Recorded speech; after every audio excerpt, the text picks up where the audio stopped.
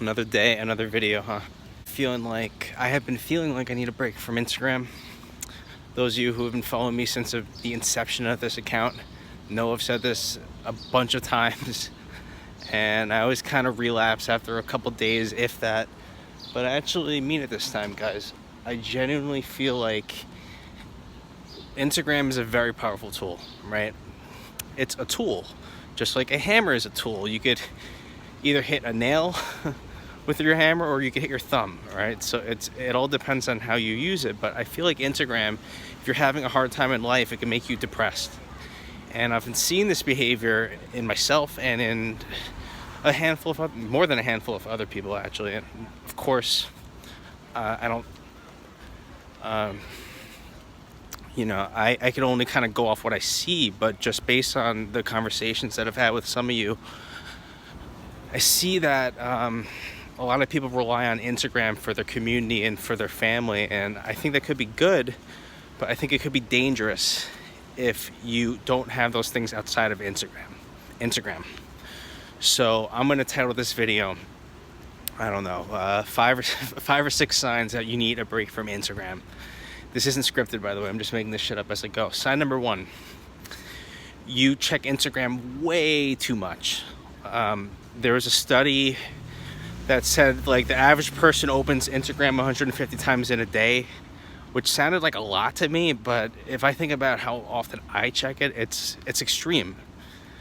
I also feel like if you have a partner and they're calling you out on how much you use Instagram and you get irritable, just like any other drug. I mean, if somebody calls you out on your behavior and you get defensive, it's probably not a good sign, is it? So it's taken away from your time together. That's probably not a good sign. So I guess that's sign number two. Sign number three, you get withdrawal symptoms.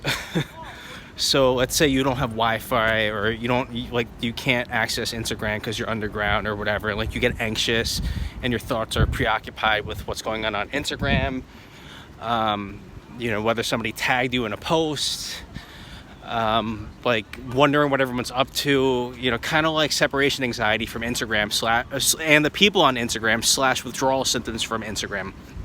And this course leads into number four. This is going to be way more than five. I'm just thinking up shit on the fly. So four, you get kind of obsessed with certain people on Instagram, whether it's due to attraction, you may be attracted to this person, or you may feel codependent with this person, like you feel like your day isn't complete without hearing from them. So that's a codependent / separation anxiety thing that I'm kind of talking about. So that's number four. And of course, if it's causing you distress, if it's causing you distress, that's probably not a good sign. Obviously, you should cut out everything in your life that's causing you some element of distress.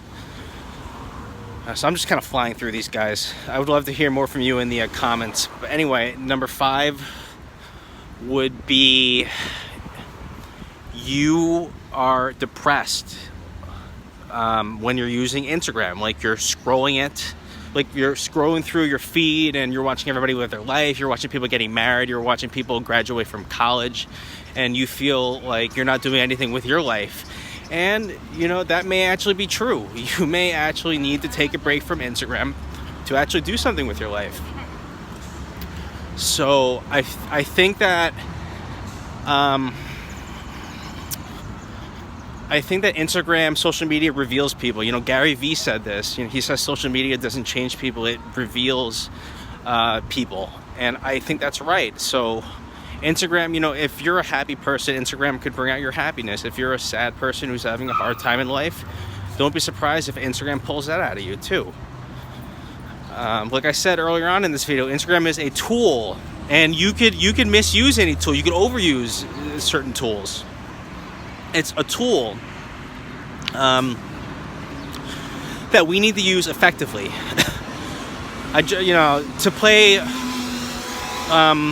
devil's advocate, guys, you could use Instagram to build a community. You could use Instagram to make a brand new friend and meet up with them, but many people don't do that because we live in a very defensive world for a good reason, to a degree, in that you don't know if you meet this person in person whether they're gonna you don't know who they are. So you have to obviously exercise judgment, but at the same time, it could be used that way. So going back to my list, right? This is probably must be side number 5. I think side number 6 that you may need a break from Instagram, right? So 6 would be if you're having inappropriate interactions with people. That could be you being irritable with someone. That could be you, going into arguments in your comments. That could be you being sexually inappropriate with someone. Obviously, I mean, especially if they've kind of conveyed to you that they don't see you that way. This could be, I mean, I'm trying not to be specific here, but if you're an adult, you need to be careful about who you talk to on Instagram, and you need to not forget that you're an adult and you need to act your age, and you can take that any way you want, but I'm just gonna leave it at that for now.